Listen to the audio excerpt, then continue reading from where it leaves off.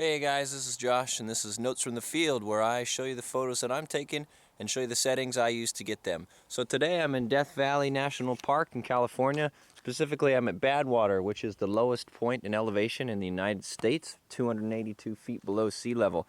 Cool thing about Badwater is it has all these amazing salt flats that come together and form these crusty plates that buckle up, and just goes on for miles and miles and miles, and you can see what beautiful textures there are all throughout the sand. So anyway, this is the photo that I got.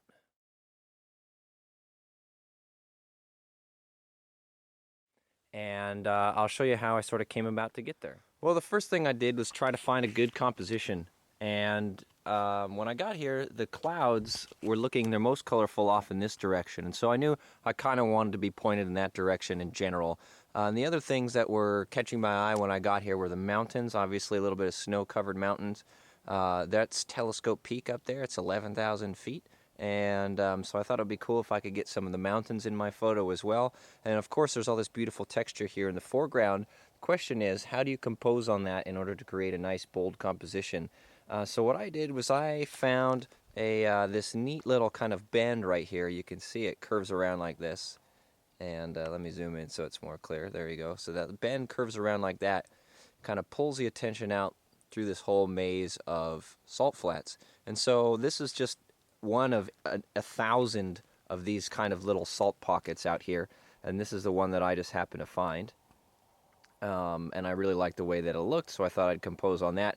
And the nice thing about it was that it has this ridge out in front of it here, which I can get in the frame, which sort of pulls your attention into the curve, and then you have the curve itself, which is pulling the viewer's eye off into the distance through the photo, and this other ridge right here, which is, again, another leading line, pulling the viewer's attention off through the photo.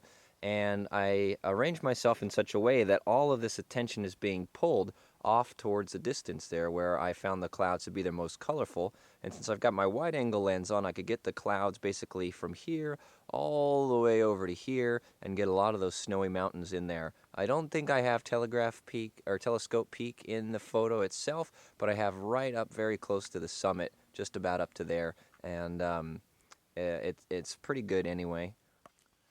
With this composition, I'm also using the rule of thirds, and I'm placing my horizon approximately 1/3 down from the top of the photo, and that places the emphasis on the foreground, which gives it a much bolder impact. It's a more bold composition than if you split the composition 50-50. So that really draws the viewer into the image, and it gives it that feeling of sort of infinite depth, or like you could just step right into the image. Okay, so that's how I chose a composition. Now I'm going to show you guys the settings that I used to go ahead and get the photo that I did. The first thing that I wanted to focus on was my depth of field, and I knew that I wanted a nice deep depth of field, so I put it on an aperture of f9. And the reason I chose f9 and not f16 or f22 is that on this lens, which is my Tokina 12-24, f8 and f9 are the absolute sharpest spots on the lens. If you stop down to 16 or 22, you might get a slightly deeper depth of field, although with a wide angle the difference is fairly negligible. But the problem is you get some diffraction related softening where the edges, they're not quite as crisp. So that's why I chose f9. It gives me a great depth of field all the way from just a few feet in front of my camera out to infinity. So the lighting this morning is very, very even. The salt flats are extremely light. They're practically pure white, and so there is not much difference in exposure between the salt flats and the sky. There's about a stop at the most. And so I don't need to bracket exposures. I don't even need to use a graduated neutral density filter. I'm just using one exposure to capture the entire dynamic range. And just by chimping, in other words, trying a setting, looking on the back, checking out the histogram to see how it looks, I determined that the best place for my exposure was 2/3 of a stop above middle gray. And for the photo itself, that ended up being at a shutter speed of 1/40 seconds. Yeah. Let's see, here are the settings for the photo. So yeah, 1/40 seconds, f9, ISO 200 at 13 millimeters. And As you can see on the histogram, that fully contains the entire dynamic range there. Come on back. That big peak in the middle is the salt flats, and that sharper peak to the right is the sky.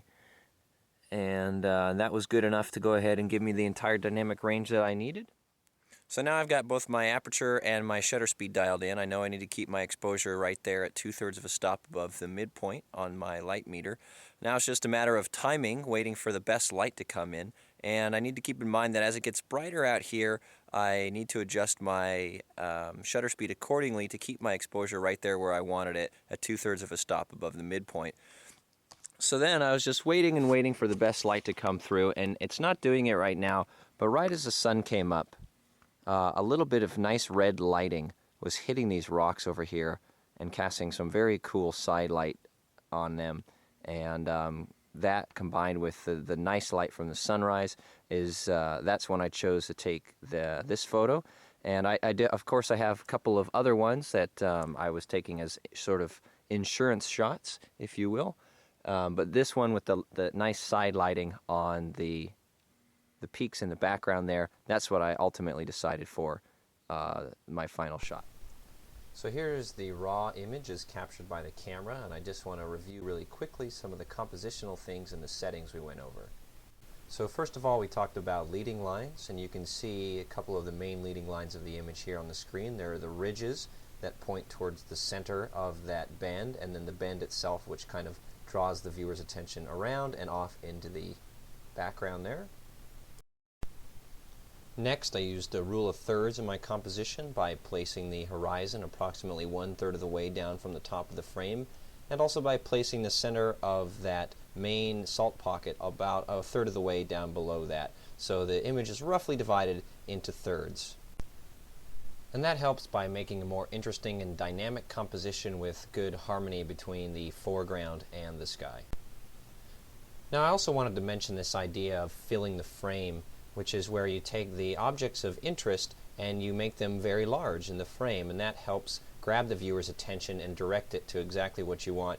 That central salt pocket, I've gotten really close to it with my wide angle, which helps create that feeling of depth and more impact. As you can see, that salt pocket is about it's over half of the actual width of the frame, so it's by far the most arresting feature there in the foreground, which means that it's going to attract a lot of attention. And let's just take another quick look at our settings. I shot at f9 for a great depth of field, 1/40 seconds, which got us all the dynamic range recorded there in one exposure. As you can see, according to the histogram, there are two peaks, one for the foreground and one for the sky. Shot at ISO 200, which gives maximum image quality on the Nikon D300. There's no noise at that level, and since it was fairly cloudy out, I used a cloudy white balance. Next up, I'll show you the post-processing I used to take the raw file and turn it from this.